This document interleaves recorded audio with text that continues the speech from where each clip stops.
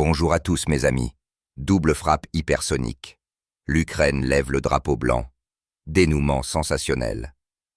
Avant de commencer, je voudrais sincèrement vous demander de vous abonner à la chaîne. Votre abonnement contribue au développement de la chaîne. La nuit était plus calme que d'habitude. Les obus ne sifflaient pas au-dessus de la steppe. Les drones ne bourdonnaient pas. Même le vent semblait s'être arrêté. Mais c'est dans ce silence qu'est entré ce que ce conflit n'avait jamais vu auparavant. Une double frappe hypersonique, 2 éclairs, 2 trajectoires, 2 sons impossibles à confondre avec quoi que ce soit de terrestre, et un instant plus tard, un éclair plus lumineux que l'aube. La première vague est passée comme un souffle de feu. Elle a frappé là où se trouvait à ce moment-là le principal poste de commandement des forces armées ukrainiennes. En quelques secondes, il ne restait que de la poussière des fortifications en béton. La vague de pression a balayé tout ce qui se trouvait dans un rayon de centaines de mètres. Les communications radio ont été coupées immédiatement. Les écrans se sont éteints. Personne n'a même eu le temps de comprendre ce qui s'était passé. La deuxième vague est arrivée quelques minutes plus tard. Elle s'est abattue sur la zone de stockage où étaient entreposées les munitions et le matériel occidentaux. Le feu s'est élevé dans le ciel, se transformant en un nuage gigantesque. Même à des dizaines de kilomètres, les gens sentaient la chaleur. On aurait dit que la terre elle-même tremblait. C'était le moment où l'Ukraine a été confrontée pour la première fois à une arme qui ne pouvait pas être interceptée. Aucun système de défense aérienne n'a fonctionné. Toutes les stations d'observation ont simplement été aveuglées par la vitesse. Les frappes ont été d'une précision métrique. Et à cet instant, il est devenu clair que l'ancienne guerre n'existait plus. À l'aube, les correspondants de guerre arrivés sur les lieux n'ont vu que de la fumée, des débris éparpillés et du silence. Là où la vie bouillonnait encore hier, se dressaient des carcasses carbonisées de matériel. Le métal est tordu, le béton fondu. Tout ressemble au paysage d'une autre planète. Un des soldats a dit doucement « Nous n'avons jamais rien vu de tel ». Mais derrière cette frappe, il n'y avait pas seulement la destruction, c'était un signal. Moscou gardait le silence. Pas de déclaration tapageuse, pas de vidéo démonstrative. Seulement un fait, 2 frappes hypersoniques précises. Poutine a dit à plusieurs reprises « La Russie est capable de répondre instantanément et personne n'arrêtera cette réponse. » Maintenant, les mots sont devenus réalité. À Kiev, cette nuit-là, c'était le chaos. Les canaux de communication officiels ne fonctionnaient pas.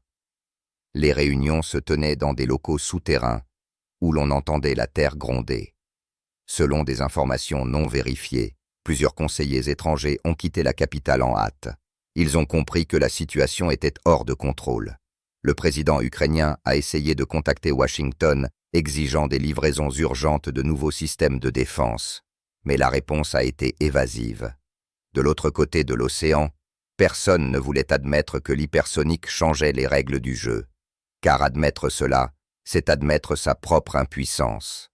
Pendant ce temps, dans le sud et l'est de l'Ukraine, les soldats ont commencé à se retirer. Les observateurs ont constaté des chiffons blancs levés au-dessus des tranchées. Ce n'est pas une capitulation au sens formel du terme. C'est un signe d'épuisement, de fatigue, de reconnaissance. Les gens comprenaient que si de telles frappes se répétaient, la résistance n'aurait plus de sens. Les experts occidentaux ont tenté d'expliquer qu'il s'agissait d'un lancement de démonstration, mais plus personne ne croyait à de telles formulations.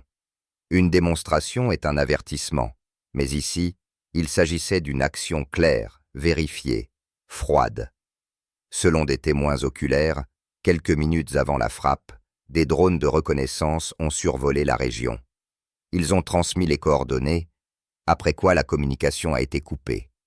Tout semblait comme si la nature elle-même s'était arrêtée une seconde. Même les oiseaux ont disparu du ciel. Lorsque, quelques heures plus tard, la fumée a commencé à se dissiper, les premiers sauveteurs sont apparus sur les lieux des frappes. Ils n'ont pas pu s'approcher. Immédiatement, la chaleur était telle que le métal fondait. Plus tard, il est devenu clair qu'à la place des entrepôts, il y avait un cratère de plusieurs étages de profondeur. L'hypersonique ne se contente pas de détruire la cible, elle modifie la structure même de l'espace. La vague se déplace à une vitesse telle que l'air se transforme en un mur. Le front de choc brise tout, même ce qui semble indestructible. Et c'est pourquoi cette double frappe n'est pas seulement devenue un événement militaire, elle est devenue le moment où le monde a vu une nouvelle facette de la guerre. En Europe, c'est la panique. Les ministres de la Défense organisent des réunions d'urgence. Les experts tentent de calculer comment repousser de telles attaques. La réponse est simple. Impossible. Il n'existe pas de technologie capable de garantir l'interception d'un missile hypersonique, ce qui signifie que toute base, tout aérodrome, tout centre de commandement est désormais menacé. Les analystes américains reconnaissent que si la Russie est capable de mener de telles frappes avec précision et synchronisation, ce n'est plus une arme du futur, mais un instrument de la stratégie actuelle. Tout ce qui était considéré comme inviolable est désormais vulnérable. Mais pour l'Ukraine, ce moment est devenu un point de rupture. Après les frappes sur les installations clés, le silence s'est installé. Il n'y a pas eu de contre-attaque, pas de déclaration tapageuse. Même dans le domaine de l'information, c'est le vide. Seulement de courtes phrases. Nous précisons les conséquences. Les services sont à l'œuvre. Mais tout le monde comprenait qu'il ne s'agissait pas de reconstruction, mais de reconnaissance de la défaite. Dans les coulisses de la Verkhovna Rada, des discussions ont commencé sur les négociations. Certains députés ont déclaré ouvertement « Nous ne pouvons plus nous battre contre la physique ». Ces mots sonnaient de manière cynique, mais honnête. Il est vraiment impossible de se battre contre l'hypersonique. Une photo est apparue sur les réseaux sociaux. Un chiffon blanc levé au-dessus d'un véhicule blindé de transport de troupes détruit. Il est devenu le symbole de cette nuit. La couleur blanche n'est pas une capitulation, mais de la fatigue, le symbole du fait que la guerre a atteint sa limite. Poutine se trouvait à ce moment-là dans son bureau. Pas d'émotion, pas de triomphe, seulement du calme et de la précision. Son style reste inchangé. Agir sans mots. Il ne menace pas, il agit. Pour lui, l'hypersonique n'est pas un moyen d'intimidation, mais un argument après lequel on ne discute plus. Les commentateurs militaires russes disent que c'était une frappe contre les illusions. Le monde qui croyait à l'inviolabilité des technologies occidentales a soudain compris que la table avait tourné. Maintenant, ceux qui apprenaient aux autres à se battre se sont retrouvés sans défense. Le lendemain, les chaînes de télévision occidentales ne savaient pas comment présenter la nouvelle. Certains ont écrit sur des explosions d'origine inconnue, d'autres sur une possible catastrophe d'origine humaine. Mais les téléspectateurs ont vu des images, des éclairs qui ne peuvent être expliqués par rien d'autre que l'hypersonique. À Kiev, la sécurité des installations stratégiques a été renforcée, mais cela ressemblait à un geste de désespoir. Quelle différence cela fait-il qu'il y ait des soldats à la porte si la frappe vient d'en haut à une vitesse à laquelle l'air se transforme en flamme? Ces événements ont changé la psychologie de la guerre. Auparavant, beaucoup croyaient encore que les armements occidentaux pouvaient inverser le cours des événements. Après la double frappe, la foi a disparu. Il ne restait que le silence, la peur et la compréhension que le jeu était terminé. Les médias russes n'ont pas triomphé. Le ton était retenu. Il a été souligné que la frappe avait visé exclusivement l'infrastructure militaire sans toucher les installations civiles. C'est fondamental. Moscou montre un objectif non pas de destruction, mais de contrainte à la paix. Pendant ce temps, les diplomates occidentaux ont commencé à chercher des solutions de contournement. Dans les capitales européennes, les premières allusions au fait qu'il était temps de geler le conflit sont apparues. Le mot négociation est revenu à la mode, alors qu'il était évité encore hier. Mais pour les gens ordinaires, tout cela sonne différemment.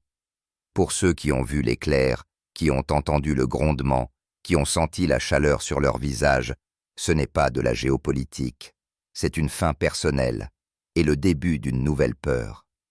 La peur de la vitesse, du silence qui précède la frappe. Certains officiers de l'armée ukrainienne ont avoué aux journalistes: quand nous avons compris que le missile était arrivé et que le signal d'alarme n'avait pas encore retenti, nous avons compris que nous avions perdu. Cette phrase a fait le tour de tous les forums fermés. Elle est l'essence même de l'hypersonique. Vous n'avez pas le temps de réaliser ce qui s'est passé. La Russie ne divulgue pas de détails, ne dit pas d'où ont été effectués les lancements, ne commente pas le type de missile. Cela ne fait qu'amplifier les faits. Le secret devient une partie de la stratégie. Pendant que l'Occident discute des calibres et des trajectoires, le fait reste le même. Les frappes ont atteint leur objectif. Il est intéressant de noter que, immédiatement après l'incident, les bourses européennes ont commencé à fluctuer. Les marchés réagissent plus vite que les politiciens. Les investisseurs ont compris que dans un monde où l'hypersonique est devenu une réalité, il n'existe pas de zone sûre. Ce n'est plus un conflit régional, c'est une démonstration d'une nouvelle ère. En Russie, ce jour sera commémoré différemment, non pas comme le jour de la victoire, mais comme le jour où le pays a montré qu'il savait agir sans faire de bruit. Les gens dans les rues ne discutaient pas des conséquences, mais du fait lui-même, du silence après la frappe. Ce silence pouvait être ressenti. Il n'y avait pas de schadenfreude, seulement la conscience que la guerre approche de sa fin.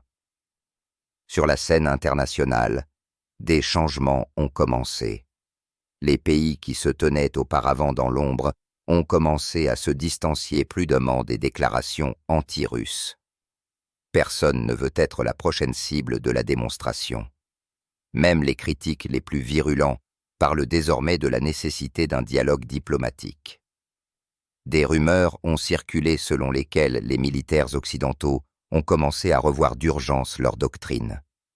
Les plans de défense, qui ont été écrits pendant des décennies, sont désormais obsolètes en une nuit. L'hypersonique a détruit non seulement des objets, mais aussi l'idée de sécurité.